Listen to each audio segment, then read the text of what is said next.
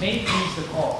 My name is Saw Ping Sheng, and together with my co-counsel, Mr. Chia Chen Wei, I act for the applicants Ms. Blenna Balea and C. Singh. I will address this court for 22 minutes on the prosecutions of Ms. Blenna Balea under both the Stability and Integrity Act and the Election Safety Act. Mr. Chia will then address this court for 21 minutes on the issuance of a worldwide takedown order against C. Singh.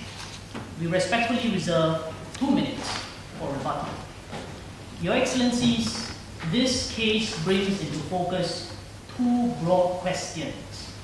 First, can a state party to the covenant act consistently with its obligations when it responds with the full force of the criminal law against an individual who dared to speak up for a religious minority?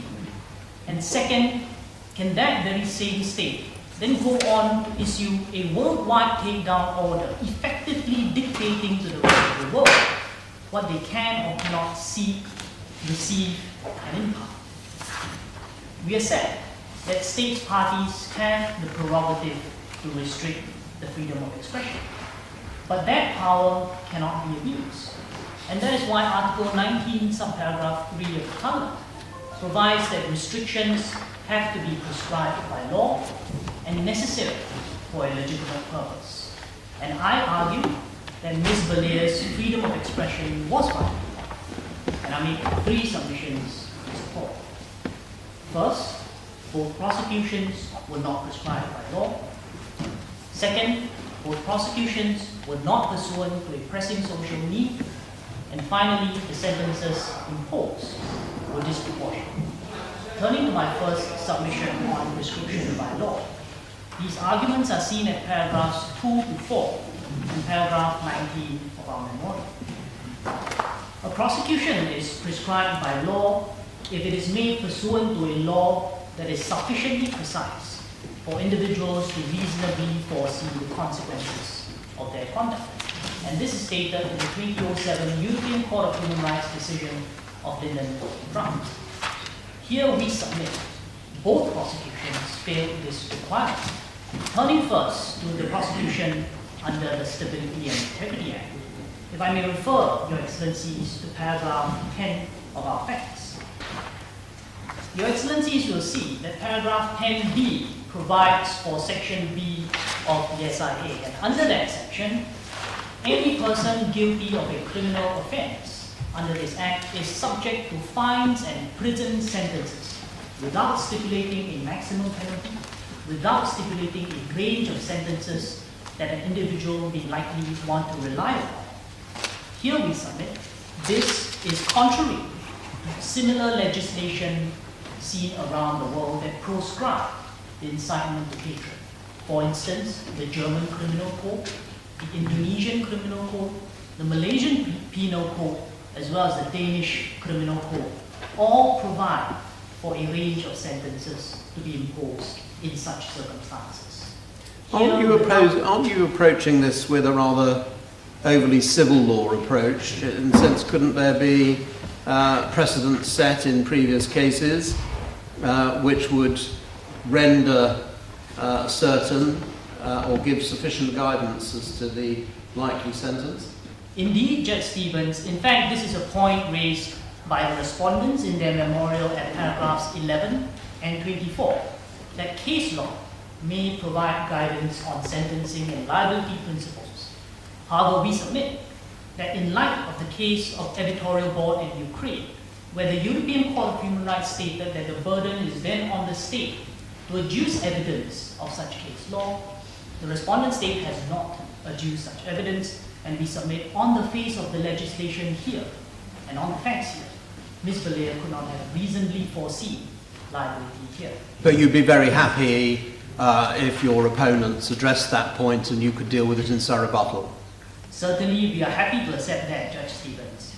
Thank you. But the deficiencies in this legislation also extends to the other legislation, the Election Safety Act. Councillor, before we move on to the other act, in relation to the SIA, Could you help us on prescribed by law, when we're considering prescribed by law? How do we interpret the phrase in Section A, speech insulting of government authorities and promoting sedition? Those two phrases.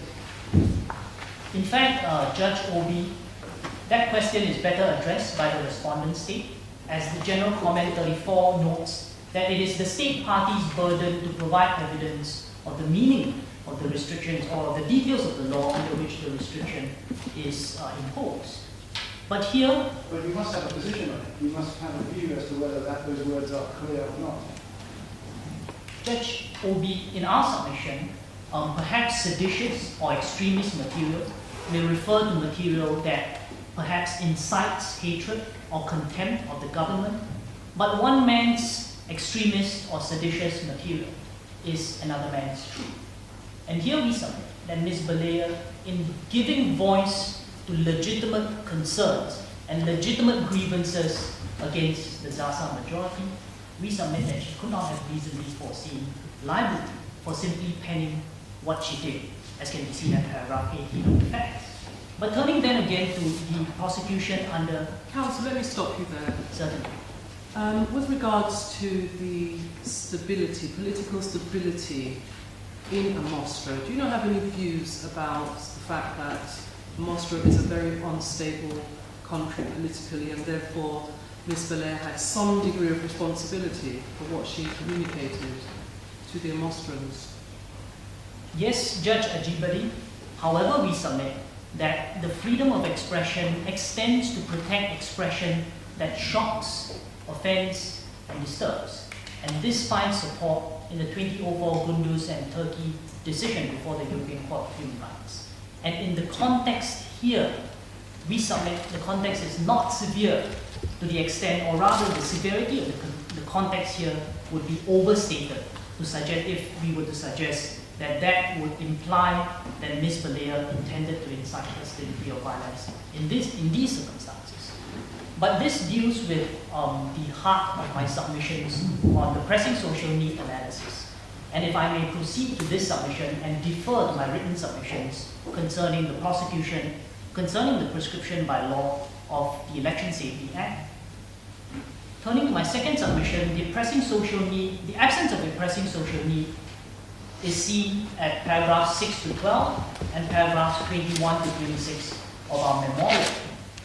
And here we make 2 points in support of the submission here. First, Ms. Balea did not intend to incite discrimination, hostility, or violence. And second, the likelihood of hostility or violence occurring was not high.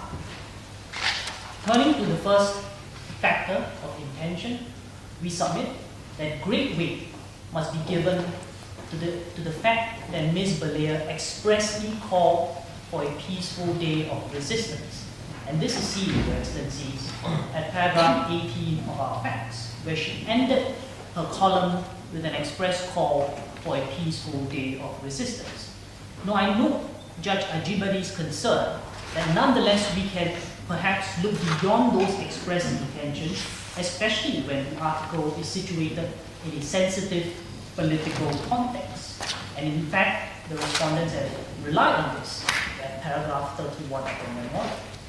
However, the context here can be contrasted with the situation in the 1999 Ceylon and Turkey decision. Counsel, before you move into that, isn't this a unique situation where the speech in and of itself, okay, maybe it's not, doesn't rise to the level of prosecution, but the fact that it was in the context of a commentable forum where others could take up and amplify the speech in a way that was more insightful. Shouldn't she have known that, and shouldn't she have been prepared to face the consequences of putting something out there that would be into this tinderbox of Amostra and to the situation just before the election?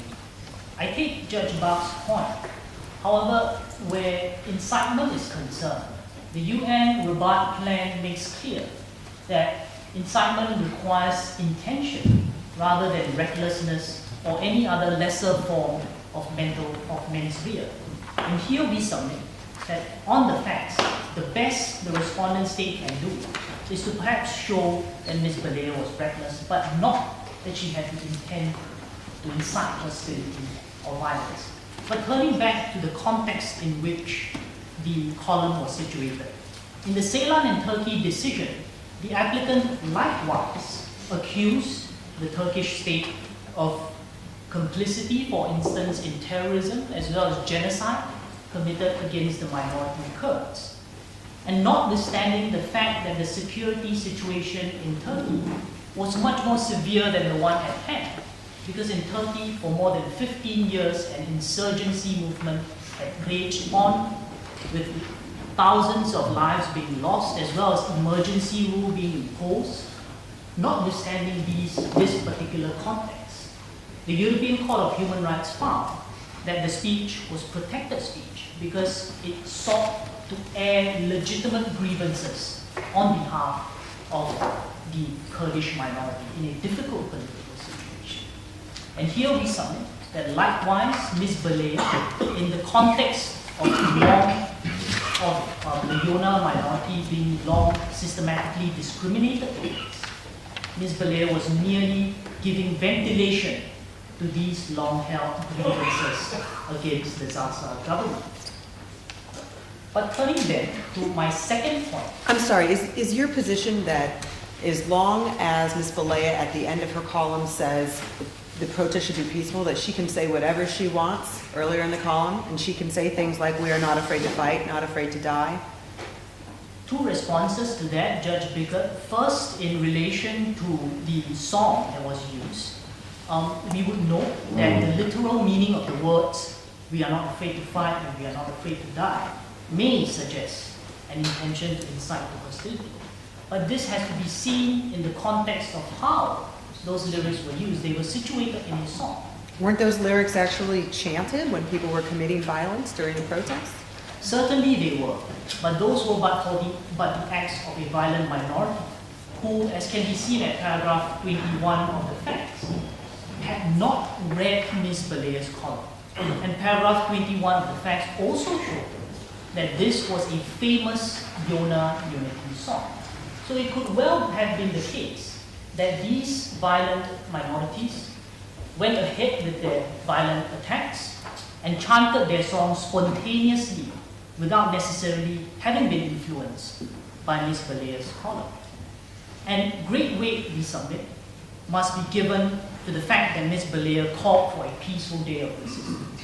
Because in the Ceylan and Turkey decision that I earlier cited, the European Court of Human Rights was at pains to emphasize the fact that notwithstanding the applicant gave ventilation to grievances, it was the case that the applicant did not advocate violence and did not advocate hostile means to go against the Turkish state.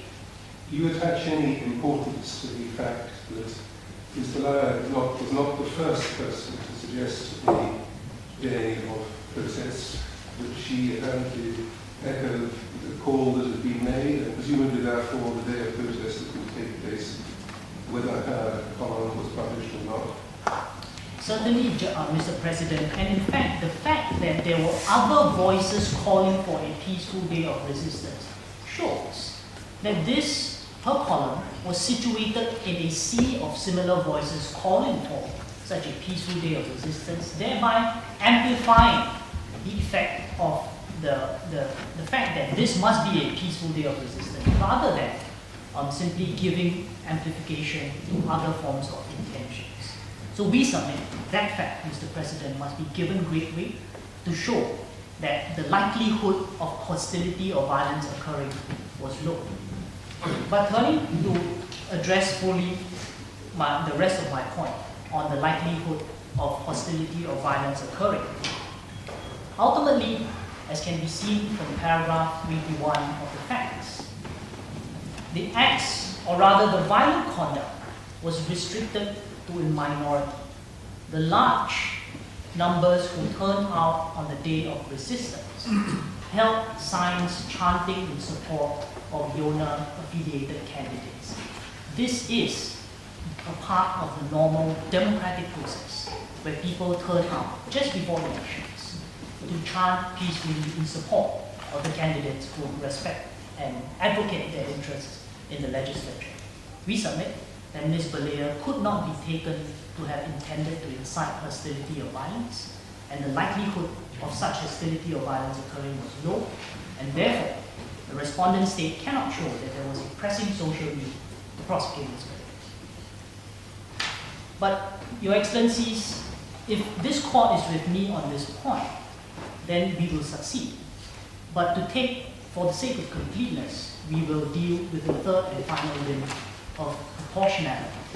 And these arguments are Just before you get to that, can you just clarify for me?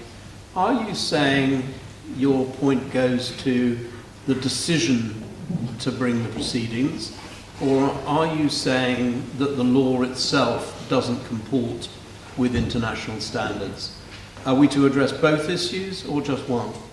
Just the former, Judge Stevens, because this court is not in a position to address domestic constitutional law issues or to address the domestic law in the abstract. And this is the case, as was stated in the 1996 Forison and France decision before the Human Rights Committee, as well as the 2015 Forensic in Switzerland decision before the European Court of Human Rights. And so we are here addressing the interference with Ms. Balea's freedom of expression under domestic law.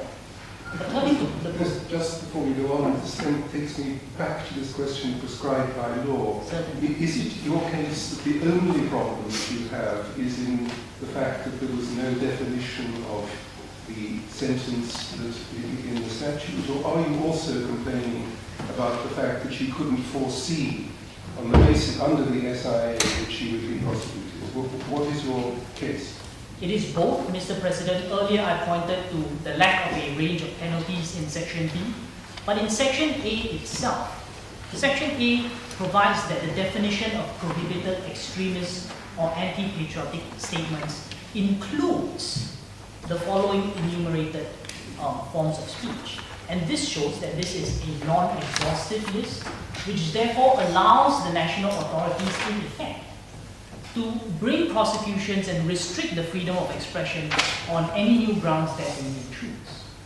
But turning back to the third and final argument on the disproportionality of the sentences, now proportionality requires that states place no greater restrictions on rights than necessary to achieve the legitimate aims. Counsel, I'm sorry, before you move on to that, a question about the state's interest in preventing a foreigner, someone living outside the country, from influencing an election. And doesn't a Mostra have an interest in preventing someone who has chosen to live outside, albeit a citizen, from speaking in a way that will stir up domestic tensions and influencing an election from abroad? Certainly they do have an interest in that, Judge Barr. We do not deny that. But nonetheless, they have to, if they choose to restrict the freedom of expression, they have to do so pursuant to what is established under international human rights law. And in our submission, they have failed to do so because of the disproportionality of the sentences imposed, in addition to the other arguments that I earlier made. But the disproportionality of the sentences imposed can be seen, for instance, in the 3-year imprisonment term that was imposed under the Stability and Integrity Act. Now, there are less severe penalties that could have been imposed, such as a fine, as was the case that in Russia, where the well-known internet blogger Anton Nosik was merely imposed with a $8,000 fine for inciting hatred against Syrians. But nonetheless, even if we accept and take the respondent's case at its highest, that a custodial sentence was necessary, we submit that a 3-year imprisonment term was too long. In fact, in the 1998 European Court of Human Rights decision of Ünsal and Turkey, a 6-month jail term for promulgating separatist agendas in Turkey was found to be disproportionate. But turning then to the $300,000 fine, here likewise we submit it was disproportionate. Now, the applicants, or rather the respondents, have argued at paragraph 37 of their memorial that the state should be accorded a wide margin of appreciation in protecting the integrity of the democratic process, and therefore a fine of $300,000 was justified. But what is the meaning of the democratic process? Because on the one hand, the democratic process may be protected, for instance, by ensuring that there is public order for the electorate to turn out and vote. But on the other hand, as was stated in the 2011 Animal Defenders and the UK decision by the European Court of Human Rights, the democratic process also refers to the nurturing of a pluralist and free debate in society. And by imposing a $300,000 fine on Ms. Balea, we submit that the respondent state is undermining that democratic process that they seek to protect. And here we rely on the fact that where severe sentences are meted out to mere speech offences, a chilling effect will result. And this is seen, for instance, this was stated by the European Court of Human Rights in its Campania and Mazzare and Romania decision of 2004. Your Excellencies, in 1998, the Cameroonian journalist Albert Boma Mukong was detained for criticizing the Cameroonian government. In its 1994 Mukong and Cameroon decision, the Human Rights Committee stated, and I quote, that the legitimate objective of safeguarding national unity cannot be achieved by muzzling advocacy of democratic tenets and human rights, end quote. Yet more than 2 decades later, the abuse of state power to silence legitimate criticism remains a constant theme. This is also our position in relation to the imposition of a worldwide takedown order on CICE, a topic that Mr. Chia will now take this court through. For now, those are my submissions. Unless I may get further assistance, may it please the court. Thank you very much, Counsel. And I will ask the second Counsel about the application.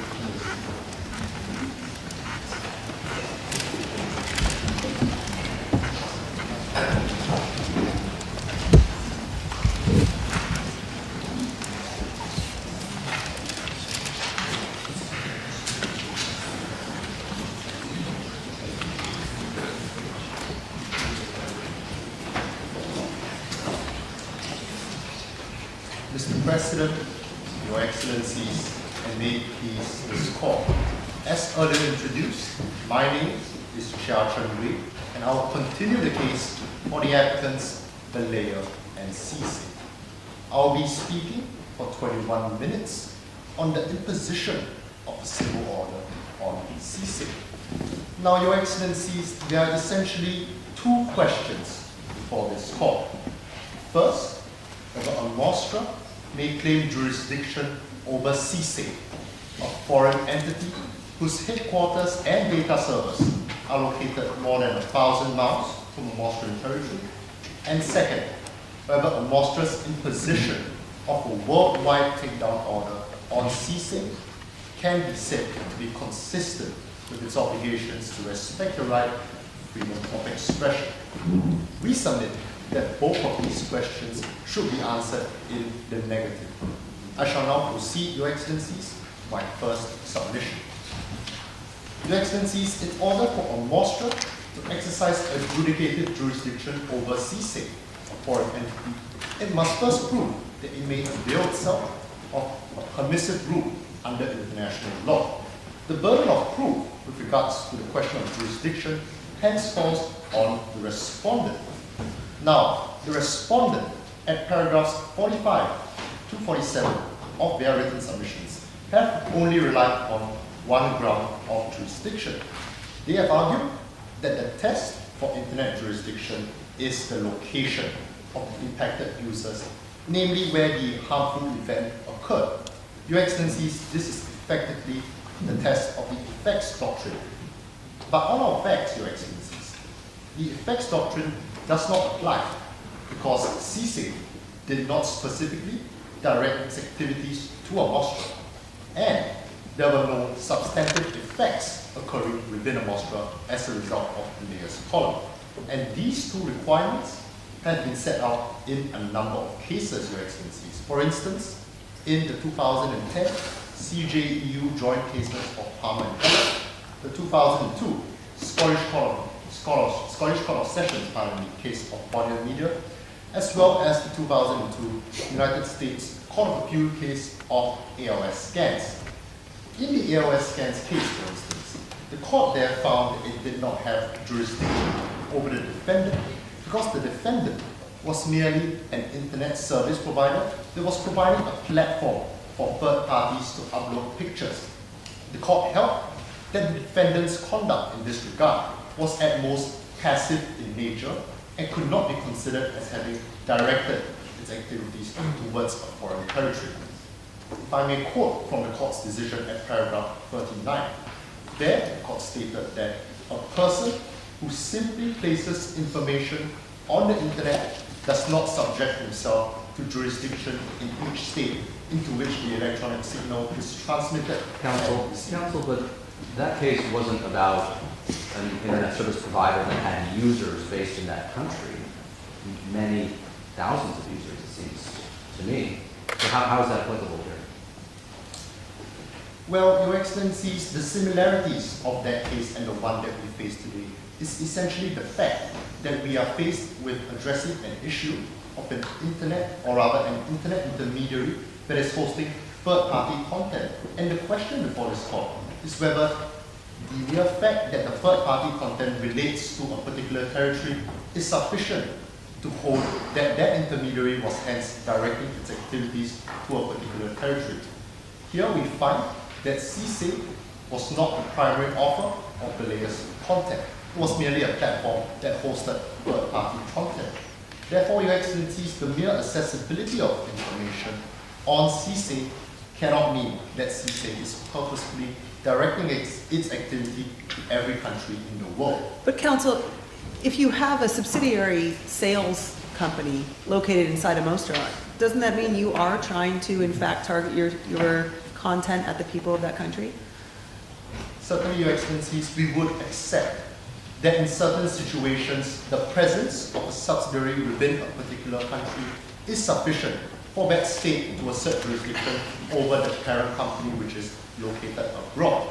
However, Your Excellencies, in order for this to be met, namely for the single economic unit theory to be met, one must first demonstrate that the parent company exercised decisive influence over the activities of the subsidiary. But as stated at paragraph 40 of the respondent's written submissions, they concede that the presence of sea sales within the state of Mostra cannot suffice to found a base of jurisdiction because sea sales, as stated at paragraph 9 of the facts, Your Excellencies, is independently operated within the Mostra. Thus, in their written submissions at least, they rely solely on the ground of the facts doctrine. Now, if Your Excellencies are with the applicants on the issue of jurisdiction, then this court need not... Well, hang on a second. I'm not sure that we all are, speaking for myself.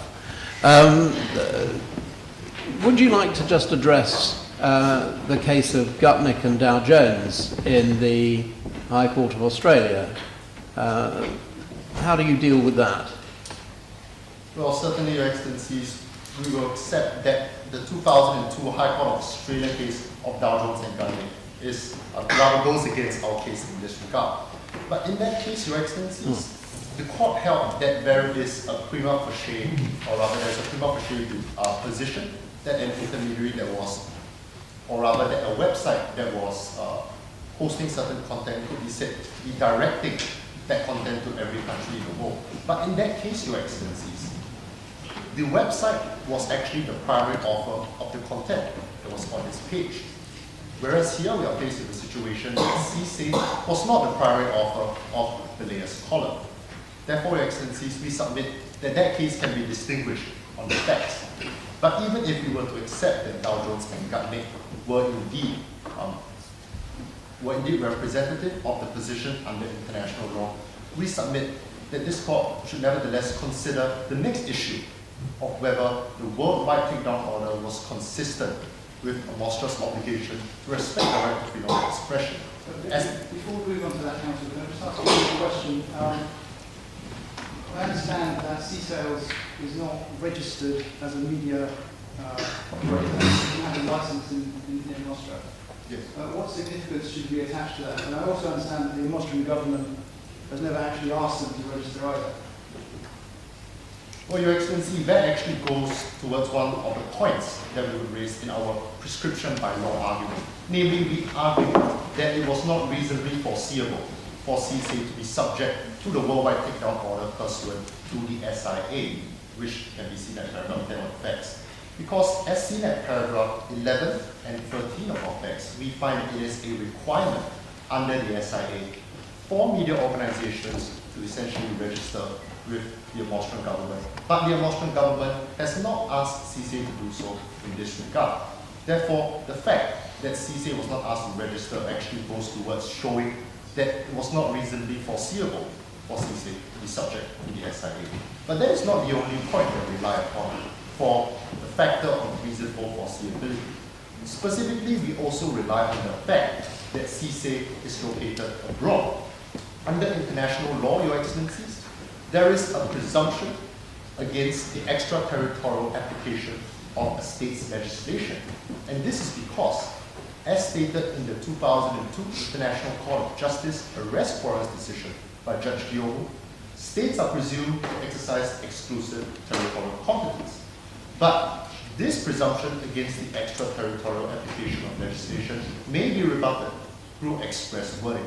For instance, if we were to look at the UK Bribery Act at Section 12, there it expressly states that certain offences are committed, and I quote, irrespective of whether the acts or omissions which form part of the offence take place in the United Kingdom or elsewhere. If I may direct Your Excellencies to paragraph 10b of the facts, we see that Section B of the SIA does not lay out any such expression.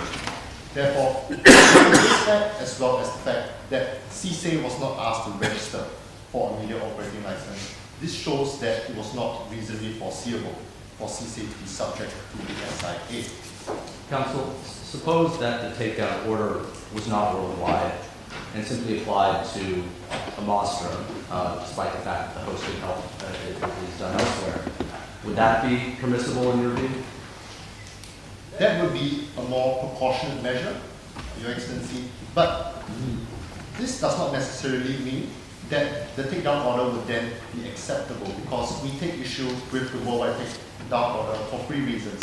Apart from the scope of the worldwide takedown order, we also take issue with the overly broad wording of the worldwide takedown order, namely the fact that it extends not only to the layers column, but also all offensive content replicating or relating to that column. Thirdly, we also take issue with the lack of a time limitation period for this column, which means that it is a continuing obligation for CSA to monitor content that could potentially fall under this area of offensive content. And these 3 points, Your Excellencies, are actually addressed in the proportionality segment of my arguments, which I shall now turn to. For a particular measure to be considered as being proportionate in nature, it must be the least intrusive measure to achieve a protective function. This was earlier stated by my co-counsel and the firm in various cases, such as in the Marga and Hungary case of 2016, as well as in General Comment 34. We submit that for the aforementioned three reasons, namely the scope of the order, the wording of the order, and the lack of a time limitation period, the worldwide takedown order was disproportionate. With regards to the scope of the takedown order, if the Austrian government's concern is the protection of public order within Austria, then it is difficult to see why there is a need to block users outside of Austria from accessing the layers column. This is because the conflict between the Yona and Zaza people, as may be seen in paragraph 1 of the facts, is essentially a domestic issue of public order. So, counsel, would you concede then that if there are people in Amostra who are connecting to CSA with the VPN, meaning that their IP address shows that they're elsewhere, then the Amostran government does have an interest and it is proportional to block people outside Amostra? We do note that This is an argument that was raised by the respondents as well, Your Excellencies, at paragraph 73 of the written submissions. But the mere ability of users within a Mostra to utilize a virtual private network or a proxy server to access Balair's column cannot therefore mean that a worldwide takedown order was proportionate. And the reason behind this, Your Excellencies, is because if we were to look towards paragraph 18 and 19 of FAIRS, there we find that Balair's column is not only available on CSIC, in fact, it is also available in print, in the form of the Times newspaper, and also on the Times news or on the Times website itself. Reading this together with clarification 2 of FAIRS, we find that the Times website is free and accessible to all.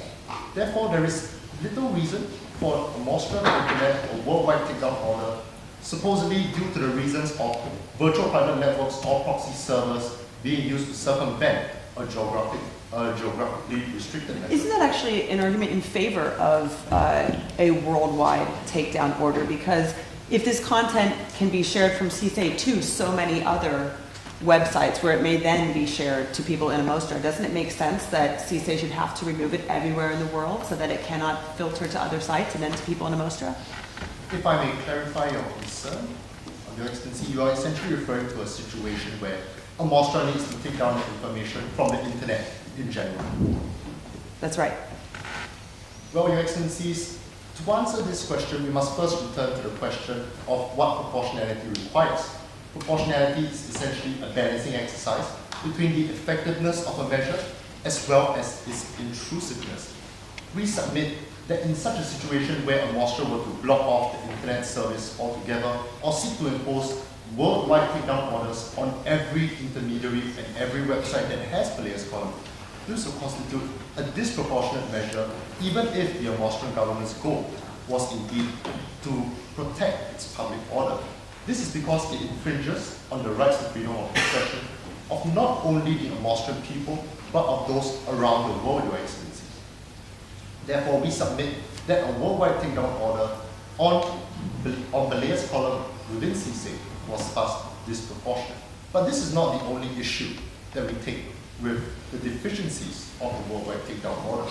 We also take issue with the overly broad wording of this worldwide takedown order. Now, the respondents argue at paragraph 64 of their memorial that this injunction is limited to instances of posts that replicate Balair's article. However, this is clearly inconsistent with the plain wording of the order itself.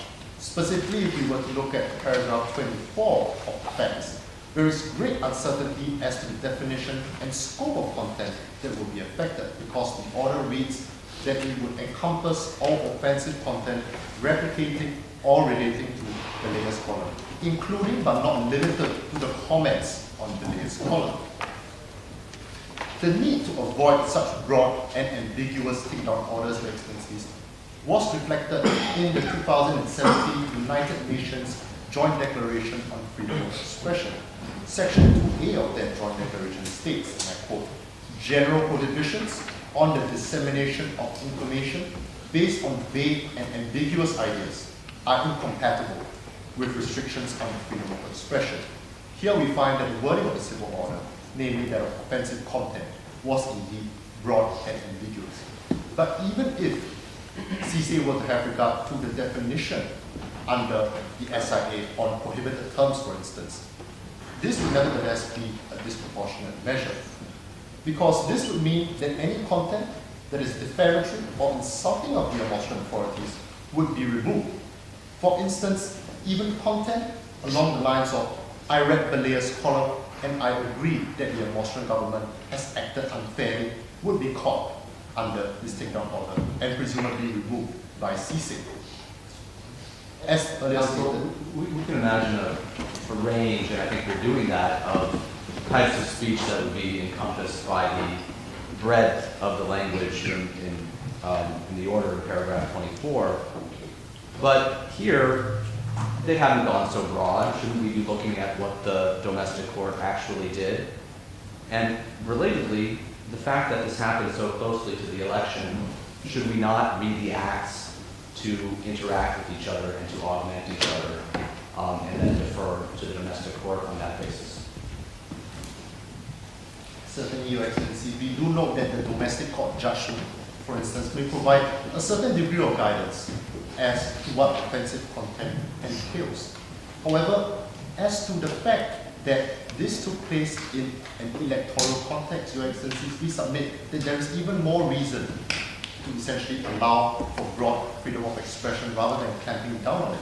And this is because, as stated in cases such as Margaret and Hungary, the right to freedom of expression extends to ideas that may be shocking or controversial. And in this regard, what the layers column essentially encompasses is political speech that is for the purposes of public interest, because she's airing the grievances of the Yona people, a people that have been long oppressed by the Zaza majority, as BBC in paragraph 1 of the facts, Your Excellencies. Therefore, even if we were to have recourse to the domestic court judgment, we highly doubt that this would result in a situation where the wording of offensive content would therefore be considered as being unambiguous. Our third contention with the worldwide takedown order is essentially the fact that there is no time limitation period placed on this order. What this means is that CICE is effectively being imposed with a continuing obligation to engage in preemptive censorship and to monitor all of its user content. This places an overly onerous burden on a social media intermediary, especially considering the large amounts of information and user content that they have to process every day. What should he have done? What should they have done? What should CICE have done, Your Excellency? Yeah, to make a valid order. What would be an order that you couldn't challenge on the time basis? Well, if this court were to find, for instance, that the layers column could be incited hatred and violence, then we submit that an order to remove the layers column, or rather to block the layers column from appearing to Austrian citizens would be a proportionate measure in this regard. But these are not our facts, unfortunately, Your Excellencies, because what we are concerned with is CICE being asked to preemptively determine the legality of content on its webpage as to whether it falls into the broad category of offensive content without a judicial determination of that legality beforehand. We note that the respondents at paragraph 58 of their memorial argue that there is a market expectation for intermediaries to self-censor content, and they rely on the 2015 European Court of Human Rights Grand Chamber decision of Delphi and Estonia in this regard. However, this is a mischaracterization of what the court in Delphi and Estonia stated, because what that court stated was that intermediaries, at paragraph 159 of the judgment, are obligated to preemptively remove clearly unlawful content, Your Excellencies, and we must draw a distinction between mere offensive content and clearly unlawful content. This is squarely against what Mostra is seeking for CICE to do, is squarely against the principles enunciated in 2015 Manila Principles on Intermediary Liability, as well as the 2011 Joint Declaration on Freedom of Expression. I just want to make sure I understand. So if we do think that the content was clearly illegal, then Delphi applies? Well, to clarify, Your Excellencies, what Delphi and Estonia set out was a list of factors and considerations before intermediary liability may be validly imposed. So the factor of notice is one of the things that this court would take into consideration, along with other factors, such as the availability of proceedings against Your Excellencies. I note the time. If I may have a minute to address Your Excellencies' concern and conclude. Other factors would include the potential measures taken against the primary author of the content and the nature of the intermediary together with the content and context of the comments, for instance. Ultimately, Your Excellencies, a Mostra has unjustifiably infringed upon the rights of both the layer and CICE. It has punished the layer for her attempts at airing a dissident view, and it has punished CICE for acting as a platform for the legitimate expression of freedom of expression. Thus, we urge this court to find in favor of the applicants. If I may be of no further assistance, Your Excellencies. This concludes my submissions. May you please call.